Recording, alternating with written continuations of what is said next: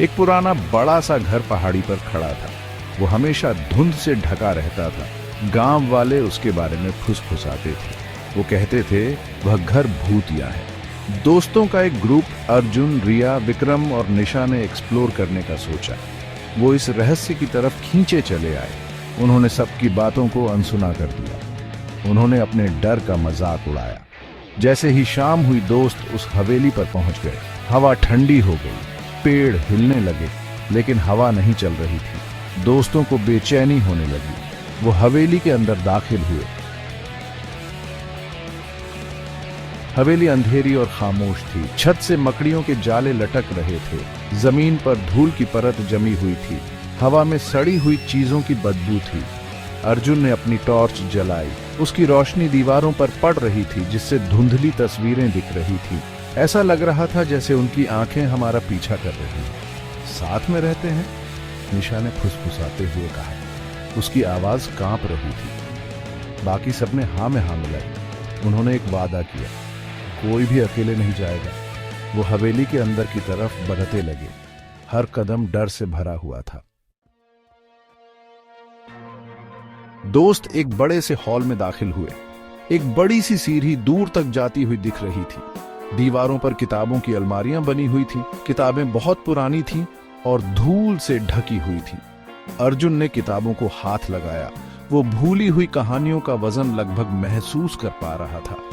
अचानक उन्हें एक आवाज सुनाई दी, एक धीमी फुसफुसाहट। ऐसा लग रहा था जैसे वो परछाई से आ रही है। दोस्तों के पैर जम से गए। उनकी धड़कनें तेज हो गई। वो आवाज की तरफ मुड़े, लेकिन वहां कुछ भी नहीं था।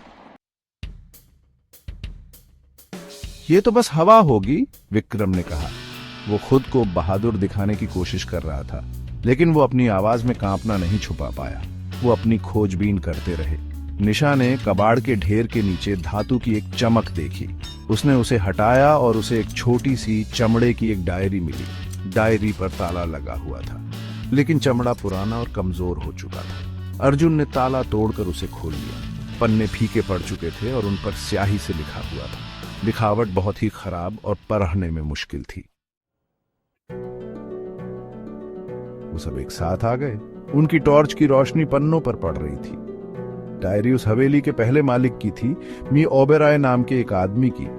उसने अजीबोगरीब एक्सपेरिमेंट्स के बारे में लिखा था, मना किया हुआ ज्ञान पाने के बारे में। वो अमृता चाहता था, लेकिन कुछ गड़बड़ हो गई। डायरी अचानक खत्म हो गई। आखिरी के कुछ पन्ने खाली थे। बस एक शब्द बड़े बड़े अक्षरों में लिखा हुआ था, खबरदार।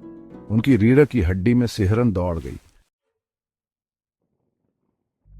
भाग 6, विश्वासघात। दोस्तों ने एक दूसरे को घबराहट से देखा। डायरी ने मी ओबेरॉय की एक खतरनाक तस्वीर दिखाई थी। क्या मना किया हुआ ज्ञान पाने की उसकी चाहत ने इस जगह को भूतिया बना दिया, या कहानी में और भी कुछ था? उन्होंने जाने का फैसला किया, लेकिन जैसे ही वो मुड़े, उन्हें कुछ एहसास हुआ। विक्रम गायब था। उन्होंने उसका नाम पुकारा, लेकिन कोई जवाब नहीं आया। उनके कानों में बस सन्नाटा गूंज रहा था। दहशत फैलने लगी। क्या विक्रम अकेले ही कहीं चला गया था, या उसके साथ कुछ हुआ था? भाग 7, बच निकलना। अर्जुन को विक्रम लाइब्रेरी में मिला। वो एक टेबल पर झुका हुआ था। उसकी पीठ अर्जुन की तरफ थी। विक्रम!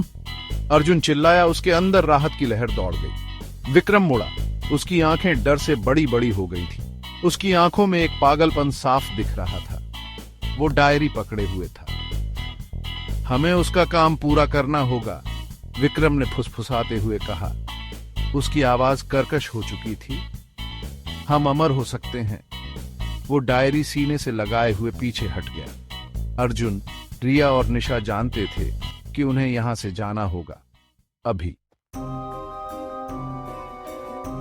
भाग 8, हकीकत से सामना। वो हवेली से भागे। उनका डर उन्हें आगे की तरफ धकेल रहा था। ऐसा लग रहा था जैसे परछाइयां उन्हें पकड़ने की कोशिश कर रही हैं। फुसफुसाहट और तेज हो गई। उनके डर का मजाक उड़ा रही थी।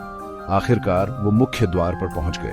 वो बंद था। उन्होंने दरवाजे को जोर से हिलाया, लेकिन वो हिला तक नहीं। फिर जैसे अचानक ये सब शुरू हुआ था, वैसे ही शोर बंद हो गया। परछाइयां गायब हो गईं। हवेली में सन्नाटा छा गया। दोस्त वहीं खड़े रहे, अपनी सांसों को संभालते हुए। ये सन्नाटा उस शोर से भी ज्यादा डरावना था। भाग 9। रहस्यमयी परछाई। उन्हें पीछे का दरवाजा खुला हुआ मिला। वो ठंडी रात की हवा में बाहर आ गए। भागते समय उन्होंने एक शब्द भी नहीं बोला। वो तब तक भागते रहे जब तक वो गांव नहीं पहुंच गए। उन्होंने कभी पीछे मुड़कर नहीं देखा। हवेली वहीं रही, पहाड़ी पर एक खामोश पहरेदार की तरह। दोस्तों ने उस रात के बारे में फिर कभी बात नहीं की, लेकिन कभी कभी आधी रात को वो बुरे सपने से जाग जाते थे। उनके कानों में अब भी वो फुसफुसाहट गूंजती रहती थी। परछाइयां अब भी उनके सपनों में उन्हें डराती रहती थीं। हवेली और विक्रम एक भयानक याद बनकर रह गए।